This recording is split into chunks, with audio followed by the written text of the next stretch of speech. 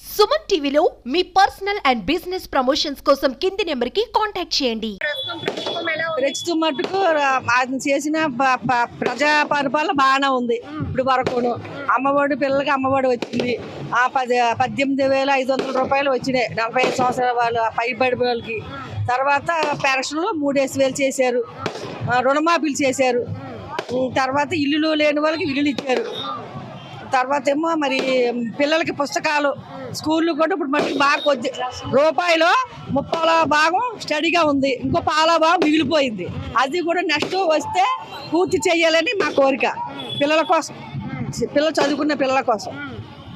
తర్వాత మళ్ళీ వికలాంగులు కానీ యజంతులు కానీ ఓల్డేజ్ వాళ్ళకి పెన్షన్లు కూడా పెంచాలా మా కోరిక. అది అమ్మా, మీ వయసు ఎంత? నా వయసు 54. చాలా మంది ముఖ్యమంత్రులు మీరు చూసారు, చాలా మంది సీఎంలు మీరు చూసారు.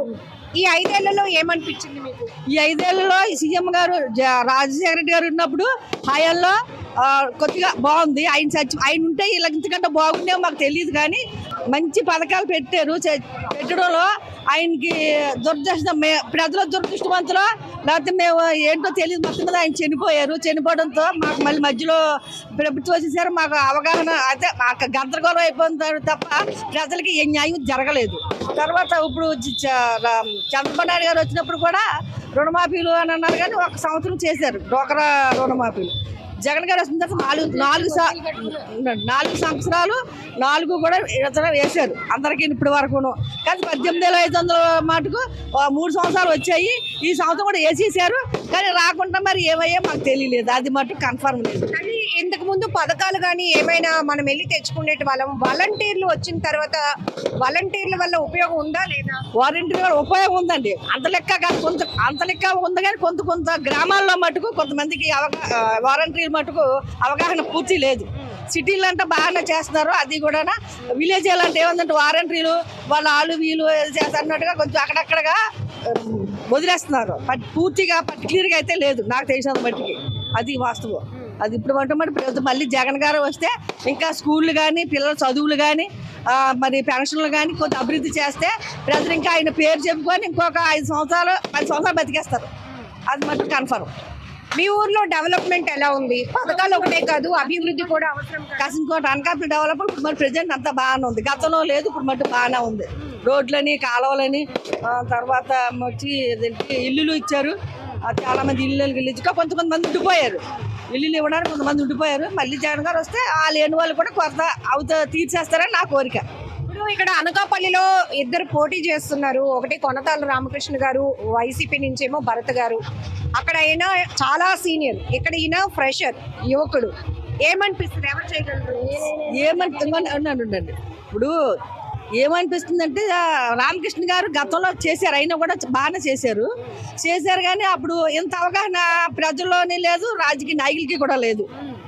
ఇంత అవగాహన లేదు. ప్రజలకు ఎలా చేయాలి, పిల్లలకి చదువు స్కూల్ బాగుండాలి, ఆ పిల్లలకి పుస్తకాలు ఉంటే బాగా చదువుకుంటారేమో, ఇంకా క్లాసులు ఎక్కువైతే పెద్ద క్లాస్కి వెళ్ళి చదువుకొని వాళ్ళ భవిష్యత్తును నిలబెట్టుకుంటారేమో అవగాహన అప్పుడు నాయకులకి అయితే లేదండి నాకు తెలిసినంత మట్టుకి.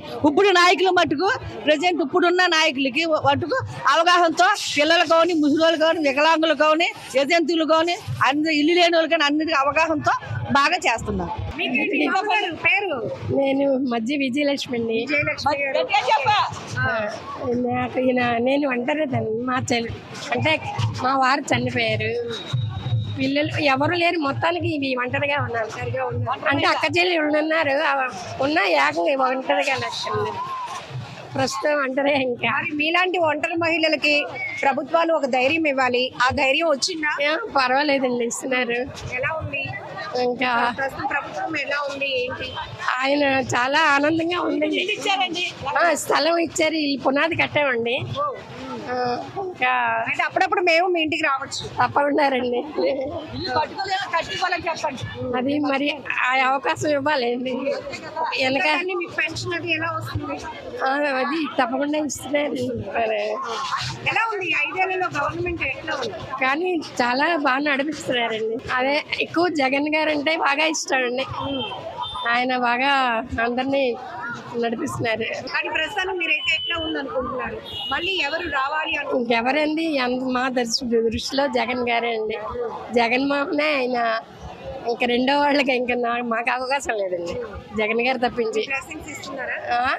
తప్పకుండా జగన్ గారికా ఈ పార్టీ బాగా దేవుడు ఆయన చల్లగా చూసి ఎవరికంటే అందరి పైన ఉండాలని ఆ జగన్ గారిని ఆయనకి కోరుకుంటున్నాం మేమండి.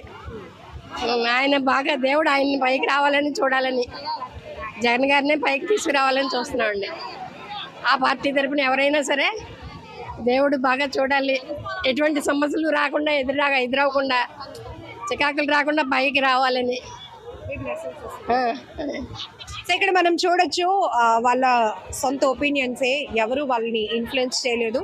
ఖచ్చితంగా మంచి జరిగే వాళ్ళు, మంచి చేసే వాళ్ళని ప్రజలు ఎప్పుడూ గుర్తుపెట్టుకునే ఉంటారు. ప్రస్తుతం ఒక నినాదం కూడా, మేమంతా సిద్ధం సభలు కానీ రోడ్ షోలో కూడా నా వల్ల మంచి జరుగుంటే మళ్ళీ నన్ను గెలిపించండి, మళ్ళీ ఓటేయండి అని అక్కడ జగన్మోహన్ రెడ్డి గారు పిలుపునిస్తుంటే ఇక్కడ జనం గుండెల్లో నుంచి వస్తున్న మాటలు కూడా మీరు చూస్తున్నారు. ఖచ్చితంగా ఆయన చాలా పథకాలు చేశారు. ఇంకా ఆయనకు అవకాశం ఇస్తే ఇంకొన్ని చేయడానికి కూడా అవకాశం ఉంటుంది అనేది ఈ పెద్దలు కూడా వాళ్ళ నుంచి చెప్తున్న మాట. ఇక్కడ ఒక ఒంటరి మహిళతో మాట్లాడించాం. ఎవరైనా సరే దేవుడు బాగా ఆయన్ని అన్ని రకాలుగా పైకి తీసుకురా, ఎటువంటి సమస్యలు ఆయనకి ఎదురవ్వకుండా దేవుడు బాగా చూడాలని కోరికండి. సో ఇక్కడ వెళ్ళి ఈమె కూడా చెప్తున్నారు, తను 52 ఏళ్ల వయసు, తన ఎక్స్పీరియన్స్ లో చాలా ప్రభుత్వాలు చూశాను, కానీ ఈ ప్రభుత్వం పైన తనకున్నటువంటి ఒపీనియన్, అభిప్రాయం కూడా మనస్ఫూర్తిగా ఆమె షేర్ చేసుకోవడం కూడా జరిగింది. సో ఇట్లా చాలా మందిని చూస్తున్నాం.